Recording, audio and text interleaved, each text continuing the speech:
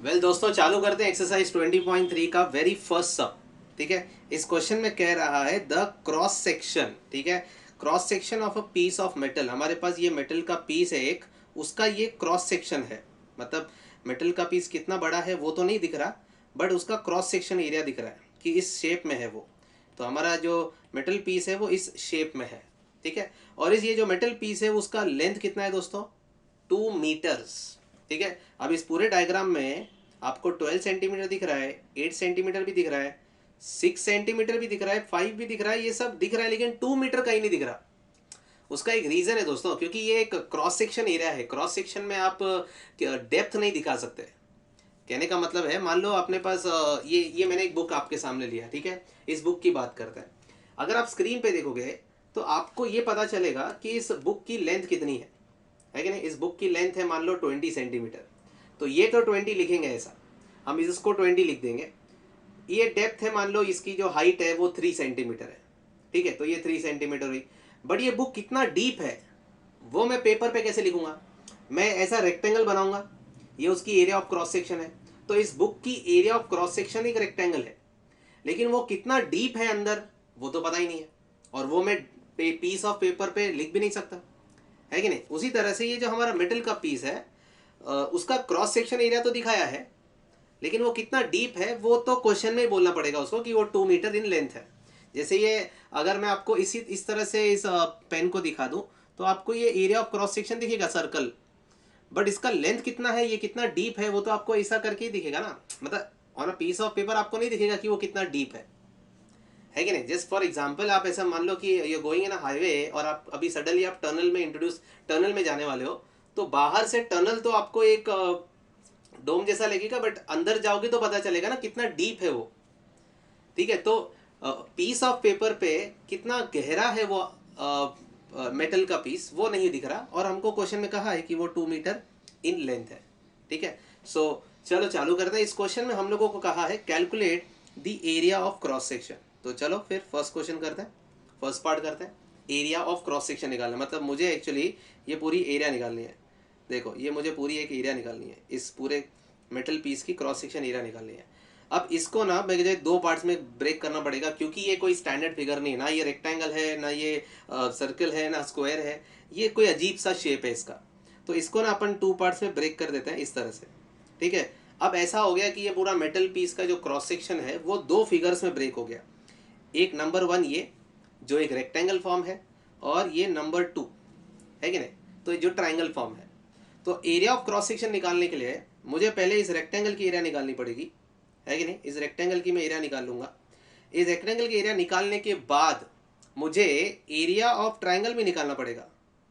And once I find the area of triangle then I can say okay, rectangle की area and triangle की area add करने के बाद we are going to get the metal piece के cross section की area. That's what we are asked to find the area of cross section.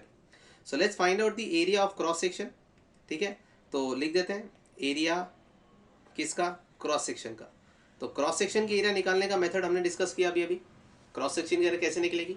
पहले मुझे rectangle की एरिया निकालनी पड़ेगी, फिर मुझे ट्राइंगल की एरिया निकालनी पड़ेगी, और दोनों को ऐड करना पड़ेगा।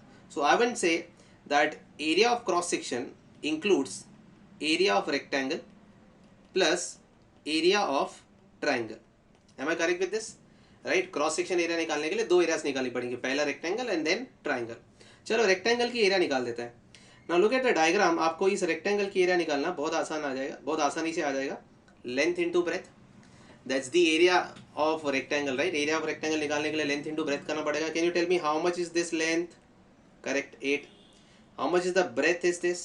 This is 6। So length into breadth करेंगे, so 8 into 6, I got the answer. Simple, है कि नहीं। तो मुझे इस रेक्टेंगल की एरिया मिल गई 8 इंटू 6। अब इस ट्राइंगल की एरिया निकालते हैं यार। ये ट्राइंगल कौन से टाइप का ट्राइंगल है पहले वो बताओ। देखो, ये ट्राइंगल एक राइट एंगल ट्राइंगल है कि नहीं। और राइट एंगल ट्राइंगल की एरिया निकालने के लिए half into base into height is sufficient. जो बचपन में पढ़ा था हमने, पढ़ा था ना कि एरिया ऑफ ट्राइंगल हम लोग half into base into height से निकाल सकता है। राइट, अब अगर आपके पास कोई भी राइट एंगल ट्राइंगल हो दोस्तों, अगर आपके पास कोई भी राइट एंगल ट्राइंगल हो, उसकी एरिया हमेशा half into base into height से निकलती है, और उसमें एक साइड हाइट होता है, एक साइड बेस होता है। ठीक है, हाइपोटेन्यूस को छोड़ के बाकी जो दो साइड्स होती है उनको बेस और हाइट कंसिडर करके एरिया निकाला जा सकता है। सो दोस्तों ये हमारे पास एक राइट एंगल ट्राइंगल है, इसकी एरिया निकालनी है कि नहीं? तो half into base into height से निकलेगा। चलो फिर निकाल देते हैं इसके डायमेंशंस। चलो, कोई बता सकता है ये कितना है? क्या आप मुझे बता सकते हो ये कितनी लेंथ है? सोचो। नहीं पता ना, डायग्राम में तो नहीं दिया है, बट थोड़ा लॉजिक लगाओगे तो हो जाएगा। ये पूरा कितना है बताओ दोस्तों? ये पूरा 12 है। This entire length is 12। और ये बताओ यहाँ तक कितना है, मतलब यहाँ से लेके यहाँ तक कितना है दोस्तों? ये तो 6 है, क्योंकि रेक्टेंगल है तो ऑपोजिट साइड्स इक्वल ही होता है। तो नीचे क्योंकि 6 है तो ऊपर भी 6 होगा, और ये पूरा 12 है दोस्तों। तो बचा कितना? 12 में से 6 चला गया, तो ये साइड 6 आ गई। तो कॉन्ग्रेचुलेशन दोस्तों, आपने राइट एंगल ट्राइंगल की जो हाइट है वो 6 निकाल ली, है कि नहीं? अब चलो इसका बेस भी निकाल देते हैं। ये वाला बेस है इसका, ठीक है। उसके लिए क्या करना पड़ेगा? ये पूरा मेजरमेंट देख लो, ये पूरा कितना है? ये पूरा 8 है। उसमें से ये दोस्तों ये जो है ये 5 है, तो 8 में से 5 चला गया, तो ये वाला बच गया, मतलब 3। तो चलो ये 6 है, ये 3 है, तो अब एरिया निकालते हैं। चलो, सो एरिया निकालेंगे, हाफ इंटू बेस 3 है और हाइट 6 है। Half into base into height से एरिया निकल जाएगी। Now can you tell me 8 6 48 plus ये कैंसिल करेंगे, यहाँ पे आ जाएगा 9 and you got the answer as 57 centimetre square. दोस्तों एरिया मिल गई। कॉन्ग्रेचुलेशन, फर्स्ट पार्ट हो गया, एरिया ऑफ क्रॉस सेक्शन हमने निकाल लिया। अब सेकेंड पार्ट में बोला है वॉल्यूम भी निकालो। अब वॉल्यूम की फॉर्मूला क्या होती है? ये मेटल पीस है, इस मेटल पीस का शेप देखोगे तो कोई स्टैंडर्ड नहीं है, तो इसकी फॉर्मूला भी कोई स्टैंडर्ड नहीं है, हमें जनरल फॉर्मूला यूज करनी पड़ेगी। अब वॉल्यूम की जनरल फॉर्मूला क्या है दोस्तों, याद रखो। देखो, वॉल्यूम निकालने का किसी भी सॉलिड का अगर वॉल्यूम निकालना है तो आप उसकी एरिया ऑफ क्रॉस सेक्शन को मल्टीप्लाई कर दो उसके लेंथ से, या लेंथ बोलो, या कभी कभी इसको डेप्थ बोला जाता है, या कभी कभी इसको हाइट बोला जाता है, जो भी आपको बोलना है बोलो, but it is always area into something. Area into something will always give you volume, ठीक है। Area into length, area into depth, इस तरह से वॉल्यूम निकलता है कोई भी फिगर का। जैसे क्यूबॉइड का आपको फॉर्मूला पता है ना, क्यूबॉइड के वॉल्यूम की फॉर्मूला क्या है? Length into breadth into height. अब इसमें जो ये लेंथ इनटू ब्रेथ है, ये तो आपको पता है, ये बेस की एरिया होती है। लेंथ इनटू ब्रेथ मतलब एरिया होती है, तो वॉल्यूम की फॉर्मूला जो है वो एरिया इनटू हाइट ही होती है। तो जनरली वॉल्यूम की निकालने का है अगर, और आपको कोई स्टैंडर्ड शेप नहीं दिया हुआ है, तो सिंपली आप उसकी एरिया निकाल लो क्रॉस सेक्शन की और लेंथ से मल्टीप्लाई कर दो, तो आपको वॉल्यूम मिल जाएगा। तो चलो, इस क्वेश्चन का जो सेकेंड पार्ट है दैट इज वॉल्यूम निकालना, वो काफ़ी आसान हो जाएगा, क्योंकि अभी अभी मैंने आपको बताया वॉल्यूम निकालने के लिए एरिया इंटू हाइट करना पड़ेगा। So volume is equals to area into height, right. अब सॉरी, हाइट नहीं लिखता हूँ मैं, लेंथ लिखता हूँ, क्योंकि ये मेटल पीस का लेंथ जो 2 मीटर है क्वेश्चन में, ये जो 2 मीटर है दोस्तों क्वेश्चन में, यही यूज़ होने वाला है यहाँ पे, ठीक है।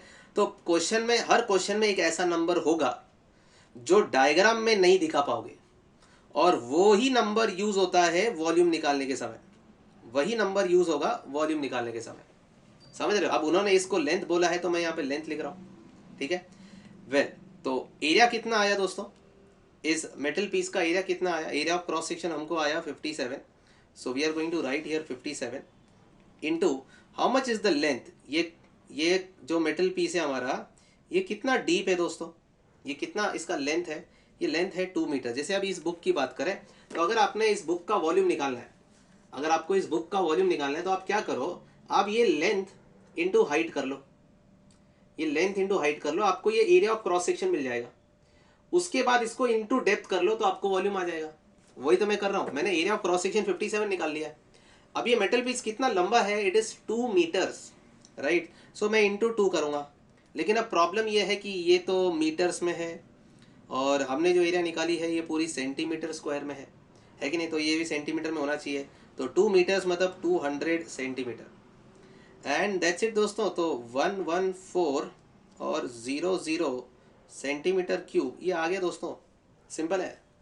कैसा लगा? समझ में आया अच्छे से? तो याद रखना है, वॉल्यूम निकालना है तो एरिया इंटू हाइट करना है। अब आगे के सम्स में ये बहुत ज़्यादा यूज़ होने वाला है। चलो मिलते हैं नेक्स्ट सम में। Bye everybody.